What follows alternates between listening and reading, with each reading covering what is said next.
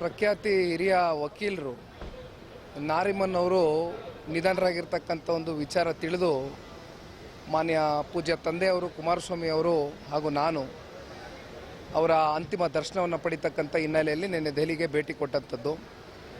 ಜೊತೆಯಲ್ಲಿ ಇತ್ತೀಚಿನ ದಿನಗಳಲ್ಲಿ ಆಗಿರ್ತಕ್ಕಂಥ ರಾಜ್ಯದಲ್ಲಿ ಏನು ರಾಜಕೀಯದ ಬೆಳವಣಿಗೆ ಇದೆ ಅದ್ರ ಬಗ್ಗೆ ಕೆಲವೊಂದಷ್ಟು ಮಾಹಿತಿಯನ್ನು ಕೊಡಬೇಕಾಗಿತ್ತು, ಕೊಟ್ಟು ಬಂದಿದ್ದೇವೆ. ಸರ್, ಈಗ ಸೀಟ್ ಶೇರಿಂಗ್ ಬಗ್ಗೆ ಸಾಕಷ್ಟು ಕುತೂಹಲ. ಯಾಕಂದರೆ ಇನ್ನು ಕೆಲವೇ ದಿನ 2 ತಿಂಗಳಿದೆ ಬ್ಯಾಲೆನ್ಸ್. ಬಟ್ ಈಗಲೇ ಕ್ಯಾಂಡಿಡೇಟ್ ಅನೌನ್ಸ್ ಮಾಡೋದ್ರಿಂದ ಅವಕಾಶ ಸಿಗುತ್ತೆ ಬೇಗ. ಇಲ್ಲೇ ಇದ್ರೆ ಈಗ ಏನು MLC ಚುನಾವಣೆ ಕೂಡ ಸೋತಿದೆ. ಸೊ ಅದರಿಂದ ಏನಾದರೂ ಚರ್ಚೆ ಆಯಿತಾ ಸರ್ ಸೀಟ್ ಶೇರಿಂಗ್ ಬಗ್ಗೆ? ಅತಿ ಶೀಘ್ರದಲ್ಲೇ ಎಲ್ಲದಕ್ಕೂ ಉತ್ತರ ಕೊಡ್ತೀವಣ್ಣ. ಒಂದು ಸ್ವಲ್ಪ ತಾಳ್ಮೆ ಇರಲಿ. ಅನೇಕ ಸಂದರ್ಭದಲ್ಲಿ ಹೇಳಿದ್ದೀನಿ.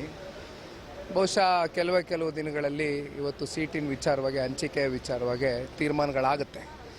ರಾಷ್ಟ್ರ ನಾಯಕರುಗಳು ಹಾಗೂ ನಮ್ಮ ಪಕ್ಷದ ವರಿಷ್ಠರು ದೇವೇಗೌಡರು ಸಾಹೇಬರು ಹಾಗೂ ಕುಮಾರಸ್ವಾಮೀಜಿಯವರು ಎಲ್ಲ ಕೂತ್ಕೊಂಡು ತೀರ್ಮಾನ ಮಾಡ್ತೀವಿ ಅತಿ ಶೀಘ್ರದಲ್ಲಿ. ಹಾಸನ ವಿಚಾರವಾಗಿ ಬಿಜೆಪಿ ಅದರಲ್ಲೂ ಮಾಜಿ ಶಾಸಕರಾದಂಥ ಪ್ರೀತಮ್ ಗೌಡ್ರು, ನಾರಾಯಣ್ ಗೌಡ್ರು ಇವರೆಲ್ಲರೂ ಕೂಡ ಬಿಜೆಪಿಗೆ ಬಿಟ್ಕೊಟ್ರೆ ನಾವು ಗೆಲ್ತೀವಿ ಅನ್ನೋ ಮಾತನ್ನು ಹೇಳ್ತಿರುವಂಥದ್ದು.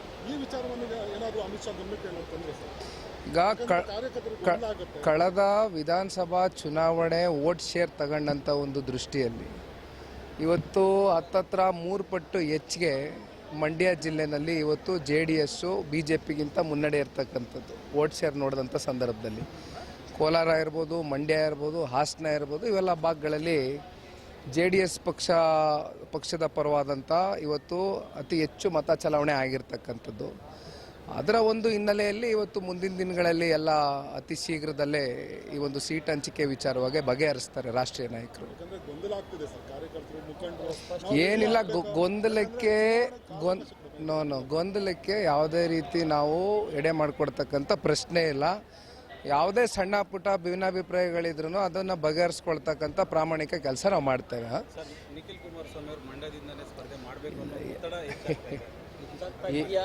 ಹೇಳಿದ್ದೀನಣ್ಣ. ಇದ್ರ ಬಗ್ಗೆ ಪದೇ ಯಾಕೆ ಚರ್ಚೆ ಮಾಡ್ತೀರಿ? ಇವತ್ತು ನಮ್ಮ ಮುಂದೆ ಇರ್ತಕ್ಕಂಥದ್ದು ರಾಜ್ಯದಲ್ಲಿ 28 ಲೋಕಸಭಾ ಕ್ಷೇತ್ರ.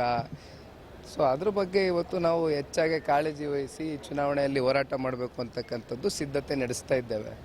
ಹಾಗಾಗಿ ಇವತ್ತು ಮಂಡ್ಯದಲ್ಲಿ ನಾನು ನಿಲ್ತೀನೋ, ಕುಮಾರಸ್ವಾಮಿ ಅವ್ರು ನಿಲ್ತಾರೋ, ಅಥವಾ ಬೇರೆ ಇನ್ನಷ್ಟು ಸಮರ್ಥ ನಾಯಕರುಗಳು ಇವತ್ತು ಮಂಡ್ಯ ಜಿಲ್ಲೆಯಲ್ಲಿ ಬೆಳೆದಿದ್ದಾರೆ. ಹಾಗಾಗಿ ಯಾರಿಗೆ ಮುಂದಿನ ದಿನಗಳಲ್ಲಿ NDA ಮೈತ್ರಿಕೂಟದ BJP ಪಕ್ಷದ ಕಡೆಯಿಂದ ರಾಷ್ಟ್ರೀಯ ನಾಯಕರುಗಳು ತೀರ್ಮಾನ ಕೊಡ್ತಾರೆ. ಸೀಟ್ ಹಂಚಿಕೆ ಆದ ನಂತರ ಇವೆಲ್ಲ ಚರ್ಚೆಗಳಾಗ್ತದೆ. Thank you. ಸಾಕಷ್ಟು ಪ್ರಮುಖ ವಿಚಾರ. FIR ಕೂಡ ಮಾಡಿರುವಂಥದ್ದು. ಇದ್ರ ಬಗ್ಗೆ ಏನಾದರೂ ಅಮಿತ್ ಶಾ ಅವ್ರ ಜೊತೆ ಚರ್ಚೆ ಮಾಡಿದ್ರು? ಇವತ್ತು ಸರ್ಕಾರ ಎಲ್ಲೋ ಒಂದು ಕಡೆ ಅವರ ಅಧಿಕಾರವನ್ನು ದುರುಪಯೋಗ ಪಡಿಸ್ಕೊಳ್ತಕ್ಕಂಥ ಒಂದು ಹಿನ್ನೆಲೆಯಲ್ಲಿ ಇವತ್ತೇನು ಪ್ರಯತ್ನವನ್ನು ಮಾಡ್ತಾ ಇದ್ದಾರೆ. ಇದು ಭಾಳ ದಿನ ನಡೆಯೋದಿಲ್ಲ. ನೋಡೋಣ, 27ನೇ ತಾರೀಕೇನು ದೂರ ಇಲ್ಲ. ಇನ್ನೊಂದು 2-3 ದಿನಗಳ ಕಾಲ ಯಾವ ರೀತಿ ತೀರ್ಮಾನ ಆಗುತ್ತೆ ಕಾದು ನೋಡೋಣ. Thank you.